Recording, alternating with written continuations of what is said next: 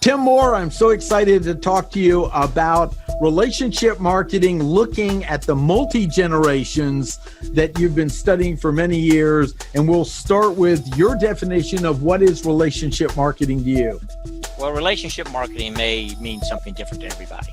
Certainly, my point of view is relationship marketing is built on trust and finding commonality between two groups.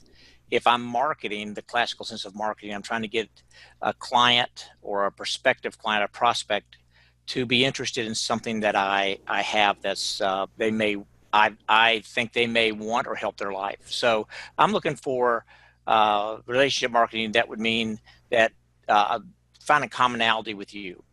What do I see in you that maybe has the same problems I have, and I've got a solution for those? And it may be something that's tangible, like a product that you can deliver or ship to somebody or bring to them. Or it may be something softer, like a software that they can download. It could even be somebody like a speaker, like you are, Martin, or like I am.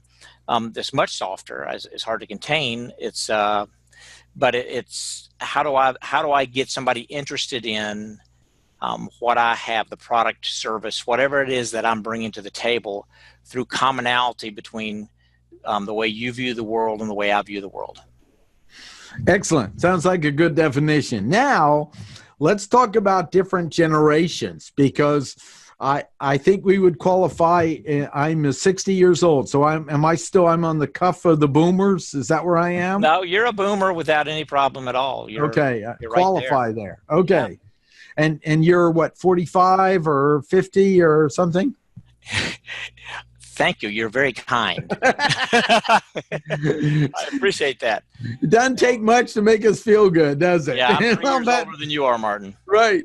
And then, so now I want to talk about the study of the generations and how they do business and work in relationship marketing. So pick one to go for. Well, let's start at the beginning, or the oldest generations that we have, and we group several different generations into one because they've gotten so small, which we call the matures. They could be part of the silent generation or the GI generation, or even the depression generation. Those groups all come together because there's only about 25 million left in our country. This is a generation that the things that define them are the Great Depression, World War II. Those are the two significant events in their lifetime, and they do have an effect on everything else they do. So if you're looking at it from a marketing perspective, these are traditionalists. They grew up with the traditional values. They see the world through a lens of service. Everything's about the group, not the individual. So if you're marketing to them, the more traditional ways to market are, of course, going to be things that they're used to. Probably not the best choice to try to use some type of a social media campaign for this group. But what does work are the traditional things like a mailing, even a phone call, although phone calls have gotten so many phone calls that even the traditionalists don't really pay attention to them anymore. They've kind of overused it and destroyed it. A knock on the door is still good. Certainly a great place for traditionalists to market to them would be a civic organization like the Ruritans or the Veterans of Foreign Wars, things like that, or even at a church of some type. That's where they pay attention because they've got friends there and they do get together a lot. So anything that's traditional that doesn't involve software or the computer is a great way to market to the oldest generation. And by the way, just so you know, that would be anybody that's 74 years or older that we're talking about right now. And I would think, just again, eyeball to eyeball. Face to face is the best. Your credentials that are known are Absolutely important in relationship marketing, your history, your origins. Absolutely. Like that, one other great big factor in this is they are very patriotic. This is a group that pays attention to whether you are or not. And we often talk about making sure that they understand that if you're affiliated with some kind of veterans group or the armed forces, that they know that, or if you ever served at all in the past, they know those things. It means a great deal to them. That generation, 80% of all families had someone that served in the military. 50% of all the males in our country from that generation served at some level in the military. So you're talking about a group that really sees through a lens of traditional values and service to your country and to your community. Excellent. So then we'll go down and again, looking at the idea of relationship marketing, or sometimes another version is referral marketing. I guess we go down to the boomers next. Yeah, the baby boomers, which of course you're dealing with anyone from 53 years old or all the way up to 73. Okay, no, I apologize. It might be 55 to 73. Either way, you're talking about the baby boomer generation. They were born between 1946 and 1964.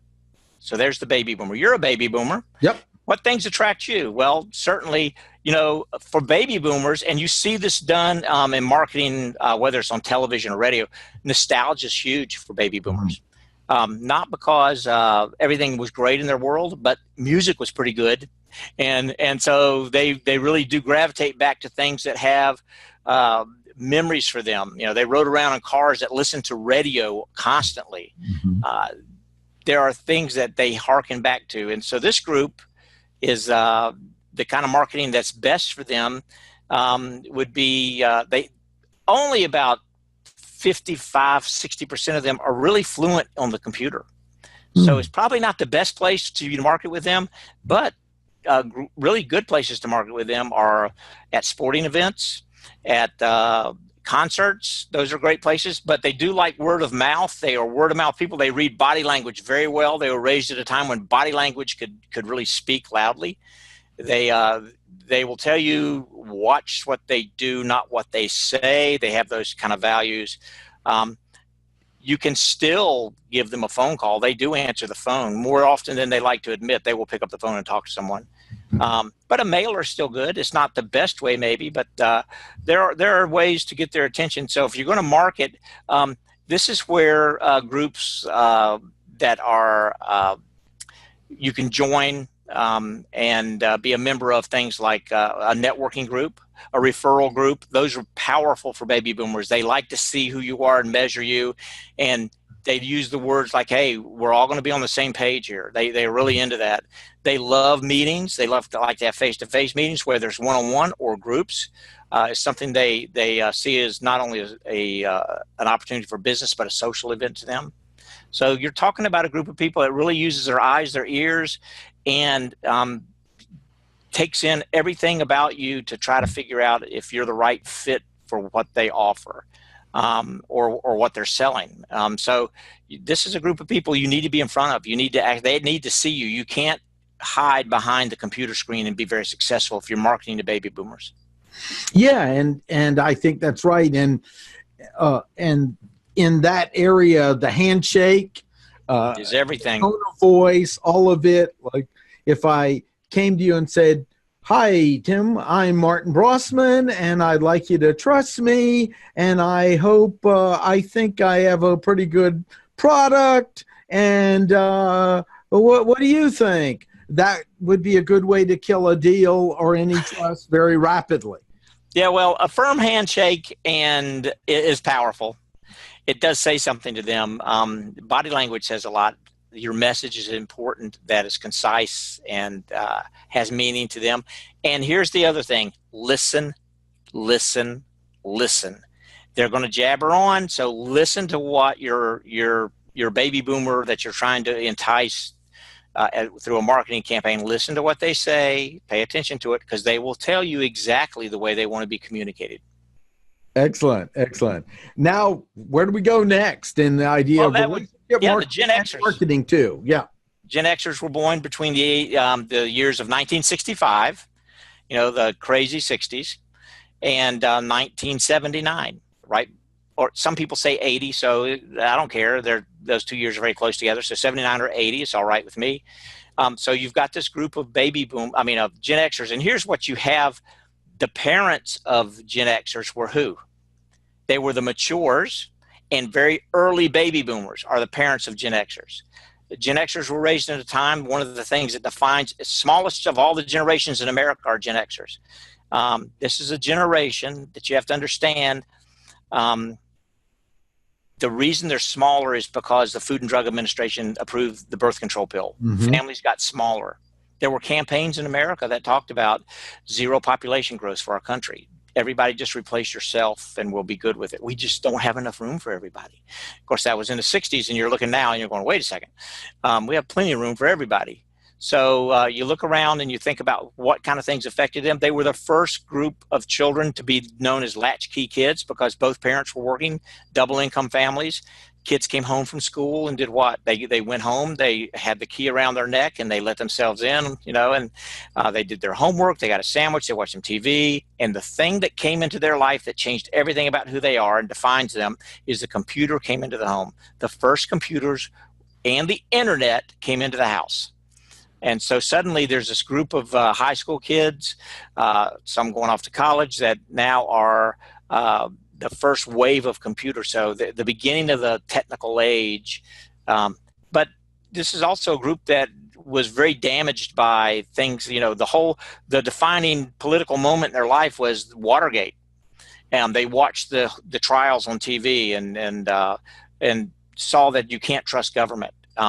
This is a group that doesn't trust anything. They don't trust sports because if you hit a ball, out of the stadium 30 times in a month, they immediately suspect you of being on performance-enhancing drugs.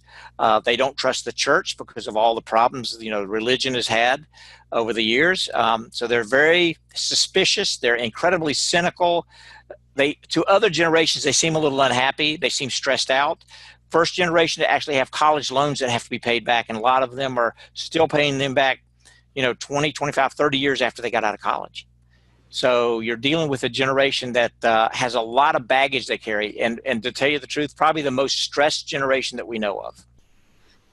Yeah, and as I know, I kind of view them as the short change generation because there also was less mentoring available for them. Baby boomers are the worst mentors we've ever seen. They're very competitive and they don't want to give anything away. So the Gen Xers get what a baby boomer the way they prepare a Gen Xer for a job is they say, hey, listen, my last day's on Thursday. I had to figure it out. You'll do a great job. Yeah. That's really about as much guidance as they're going to give you. They're not the best at this. So Gen Xers have had a rough time. Yeah. On the other hand, they could help themselves by being a little more social. They're not the most social animals we see. They are very pessimistic about the future. They're also the first generation that has had to deal with some, which adds a lot of stress to their life. The sandwich generation. They've got parents who are older. Let's say their parents were part of the late matures or early baby boomers. Those parents have retired already and are dealing with health problems. They may have children of their own. They may have children that have graduated from college and moved back in. They may have 3 or 4 generations under one roof. They may have their parents themselves, their children, and their children's children all living in the same house. A lot of stress with this generation. So they are brilliant. They are, over half of them will tell you they are the hardest working person in their company. And they're probably right. They're at that age. This is the time that should define them. This is a generation right now should be hit in the zenith of all their income producing. They should be putting money away, but a lot of them aren't. They're a wonderful group of people, but they don't trust. And the way you get them to trust, if you want to market to this generation, the way you get them to trust is you show them before they ever ask and say, I know you got a lot of questions. I brought a lot of research. I want you, don't believe anything I say. Let's look at the research and see what it says. Present it to them before they start pounding on you. And always, always, always with Gen X have a plan B. Because whatever you're promoting or trying to market to them, they will look at you and say, what if this doesn't work? What would we do? What's your plan B? You better have a plan B in your back pocket and say, I've thought about that. Thanks for asking that because this is going to work probably 99% of the time. This is what we want, what we think will work great for you. However, we've got a plan B just in case it doesn't. So we can always have a fallback position. And that will impress them mightily. And I think acting like there's no stress would just make them more nervous or no risk. Because if you're cynical by training, you're going to even trust that less. So it might be, let me go over the risk, and here's what our plan B would be. You better have that. Doesn't work. That has to be part of your presentation to them. They do not like small talk. Where a baby boomer will say, "Hey, Martin, how's the family? Tell me, I hear your parents have passed." You know, they want to go. A baby boomer wants to hear a little family stuff, a little life. What's your life story? Gen Xers don't care. Just cut to the chase. Don't do the small talk. Don't try to make friendly. Don't try to have great stories. They do laugh at jokes and things like that, but they value immediately cutting to the chase. Don't try to add a lot of fluff to your presentation. Bring the steak and forget the sizzle. The steak is what they're after. Right, and they're doing their research. Yeah. Oh, they're big. And you know what? If you don't know for sure, tell them to do some research and provide them links, provide them places to go that they are amazing on the computer. They cut their teeth on that, so they understand how to do research. They understand how to dig to get the answer. This is a group of people that wouldn't go on a vacation without having the three-dimensional of the journey from the airport to the hotel. What's my room going to look like? Who's the bartender at the pool? What's that going to look like? How do I get over to the, they want to know everything. They're very into research and digging into what are you hiding from me? They want to know, what are you hiding from me? This is too good to be true. Excellent. Yeah, and some that I've met often in business, especially if they're more of an introvert, would like just to get the design specs, do the work, and never come to a meeting. Absolutely. They like to, and that's why other generations see them as very reclusive. They like to work in their cube or in their office or at home. They'll talk to you through email is their best channel. They'll talk to you that way, but they really don't want to have a meeting with you.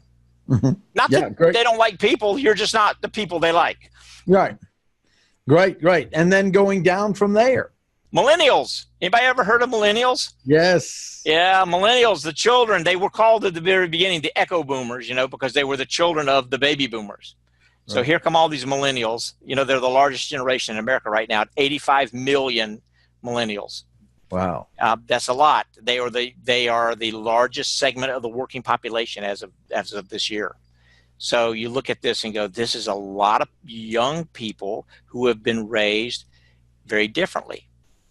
So we're looking at a group of people that were born from around 1980 to the year 2000 or 1999, however you want to define that. They were the last generation of the 20th century. Right. There they are.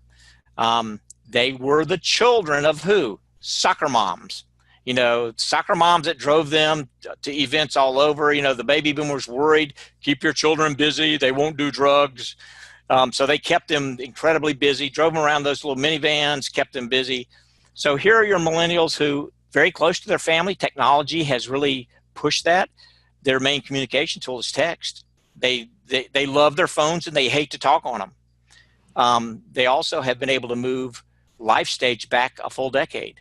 What a baby boomer was doing life stage at 21, you probably won't see a baby boomer experience that until they're 29 or 30. Mm-hmm. So a baby boomer looks at them and say, when I was your age, I had a wife, 2 kids, and they're looking at you like, so? It doesn't mean anything to them because to them, they don't get to that place where a baby boomer was at 21 until they're 30. So they're going to live longer. It's okay. So if they're going to live longer, might as well stay younger longer. They get married much later. In 1979, the average age for a baby boomer to get married was 21, and right now it's 29 for millennials. They wait much later to get married. They're having their children later, actually, as well. So you're dealing with a generation that has technology they've been allowed to communicate with parents, which many of them will tell you that parents are their best friends. They talk to them every day. That didn't happen with other generations. This generation, because technology changed who they are, technology defines them, and they've been able to do quite amazing things. They're the best educated generation we've ever had in this country. Mm-hmm. And then in terms of doing business or relationship marketing or referral marketing, how do you interact with them from others, and how could they interact better with other groups? A little more like. I approach them like baby boomer light. Does that make sense? Mm-hmm. So what that means is if I'm trying to market to millennials, first off, understand they're members of many tribes. They have all these different groups that they're members of, and sometimes they intersect and sometimes they don't. They love a referral from someone they trust. They like you to be a guide, a pathfinder for them to help them work through situations that they don't understand. They're very social. They love social. If I'm marketing to them, you know what I do? The first thing I do is I say, we're going to meet at some brewery. I've got a room reserved. We're all going to test some different beverages here. And I'm going to show you a way that you can be very successful if you want to consider working with us for a product or service that I'm offering. They respond to those things. They like to have fun. They enjoy socializing, almost directly opposite of the Gen Xers. So if I'm marketing to millennials, I'm working through channels of electronic and personal. They want to be in front of you. They want to listen to your stories. They're very curious. They like to be advised and given advice on where to go in the future. Excellent.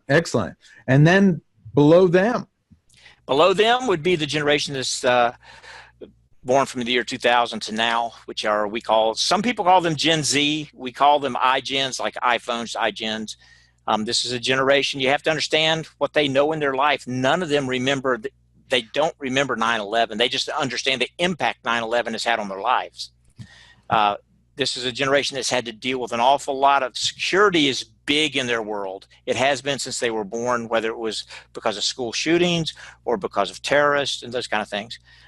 We've been at war their entire life. We've been in Afghanistan the entire time they've been alive.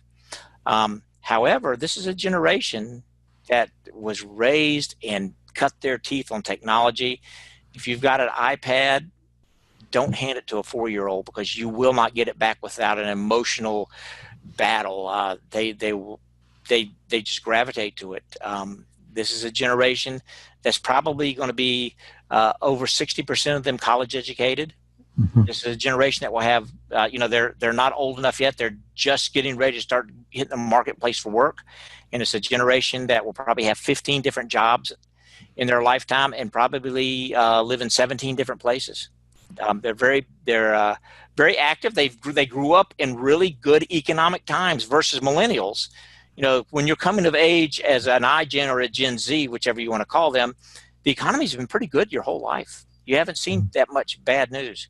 And so as you came of age, you don't remember, 2008, they were too young to really understand. But as you came of age in 2009 through 2019, the last 10 years, the economy's been booming for them. Mm-hmm. So they love technology. They are the biggest. You want to understand where this generation is? Look at what Fortnite is. Epic Games right here in Cary. Epic Games sold $3 billion, that's with a B, dollars worth of Fortnite to who?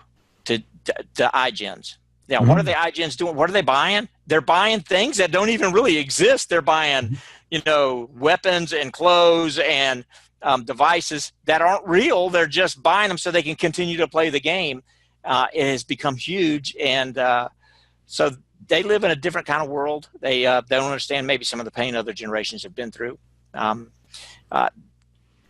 For them, marketing would be certainly computer driven and maybe association with something that they really enjoy. It could be music. It could be a game like a Fortnite or other games like that. Being associated with them will get their attention quickly. And having an understanding of that world will get you a long, long way. Fascinating. Now, let me just say one last thing about that group. Yeah. Understand these iGens and these Gen Zs, their parents are baby boomers, Gen Xers, and millennials. You have to understand what's going on in the world. Some of them, their parents are baby boomers. They had children much later in life than other generations. Some of them have the Gen X parents, and some of them are millennials who waited to have kids. So if you see them, I always say you can tell, that you're talking to this generation when you look at their parents and you're not sure if it's their dad or their grandpa you're talking to. Right. You don't know. You don't. Yeah, that's great. That's right. And then in the general advice that you have in relationship marketing and referral marketing, what I'm hearing from you is the the old thing is get to understand their world. Get to You have take to a see it through moment their to lens. understand their world, see through their eyes to know how to build relationships with them, which is the same advice I have, Tim, in multicultural environments. Yes. You know, if I don't, people are, well, how would you refer to this group? And I would say for years growing up in DC, ask them, you know, what's important? Yeah, I know you're from Japan, and I know it's a different culture. I'd love to learn a little bit about it. Nothing's more respectful than an honest curiosity of uniqueness, similarities, and differences that you Absolutely. let them tell you about. Be curious. I think the best thing you can do for relationship marketing is be curious about your clients that you've targeted. Yeah. If you're curious, you'll ask questions. You'll be excited about what they're experiencing. You'll understand deeply about the problems they're having and the obstacles that they're overcoming, and you'll know the answers to what they need. You'll understand it very quickly if you're curious, genuinely curious about your clients. And I'm going to add one more. Be suspicious of your own biases, you know, because we all have them. It's just like I can easily say, well, you can't build relationships as much through texting because you don't get as much data. Who am I to know that someone who grew up in texting isn't getting more data than I can see through those words? I don't know. You're right.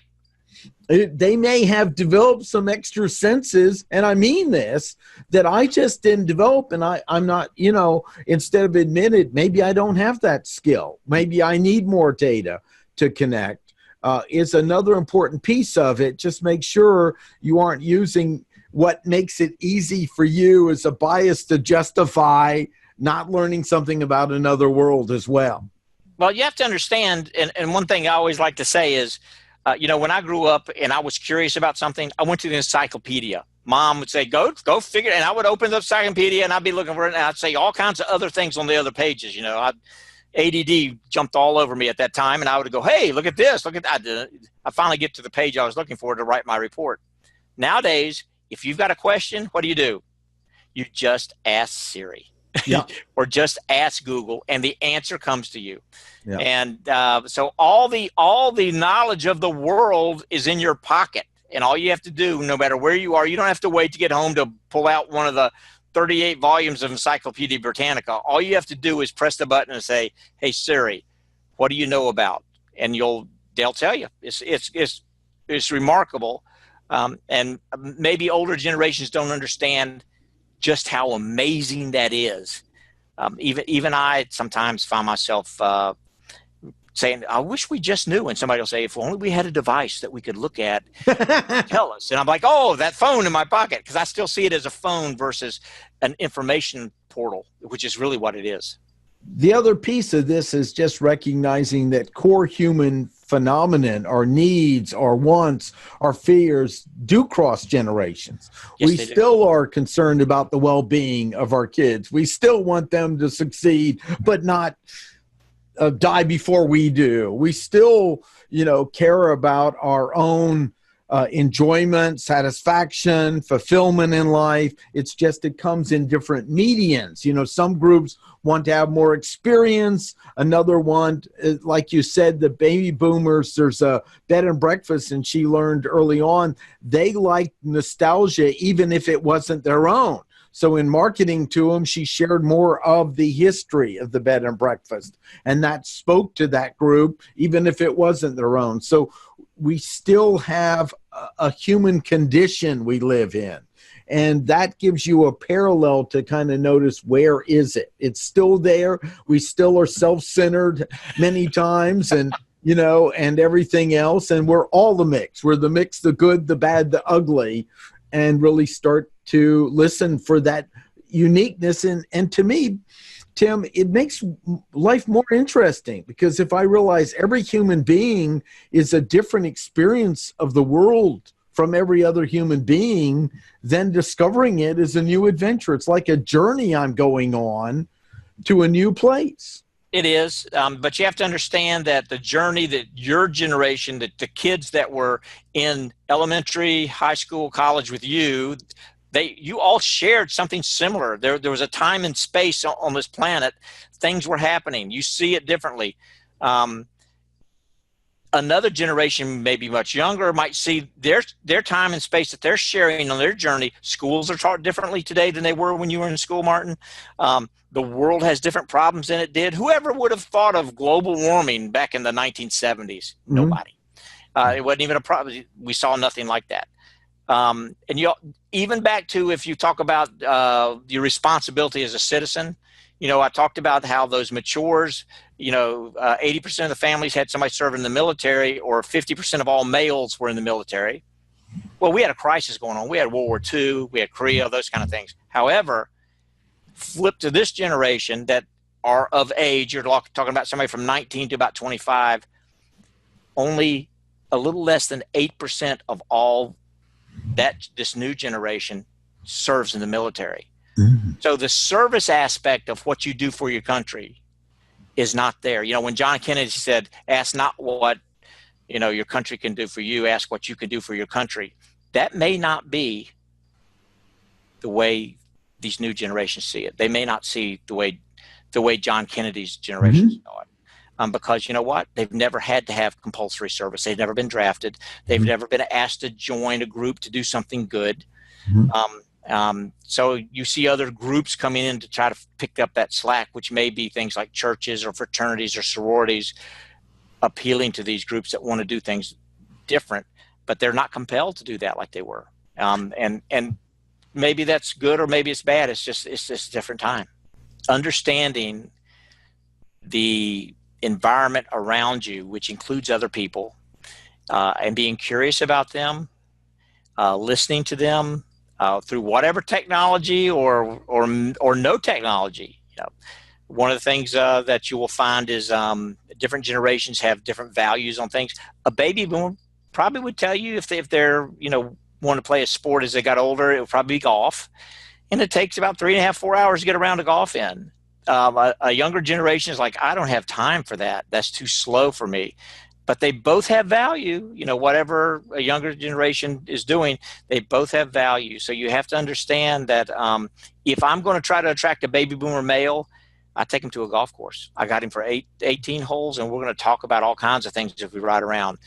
That's probably not the best choice for somebody who's a very late millennial or an early iGen, or even a late iGen. It doesn't matter. They value their time differently, and they say, man, I cannot give up 4 hours of a day to go do that. Yes. Excellent. And this was fantastic, Tim. How can they learn more about you? You've been a good friend over many, many years, and you're a great trainer as well. And I like to make sure that people can know where to reach you and how to find out and hire you for all the great things you have to offer. Well, I'd like to be hired. That's always happy. But to tell you the truth, I really just enjoy meeting people. I enjoy hearing you. I like to learn your story. Somebody once told me that every person on this planet has a novel. They're a novel of their life. And I like to learn what your novel is, whether it's yours, Martin, or whether it's mine or anybody else we know in this world. What is your story? I love to. So if somebody wants to find me and we can share, a little time and maybe a beverage of some type, doesn't matter whether it's sweet tea or sweet beer. I'm okay with all that. All you have to do is these things. First off, if you want to go to my website and see what I do, that's Tim Moore Speaks. It's all together, plural, TimMooreSpeaks.com. You can find me there and see all kinds of examples of the kind of work I do. You can also email me at Tim, at DEAG, which stands for Dancing Elephants Achievement Group, DEAGsales.com. I'll be glad to answer.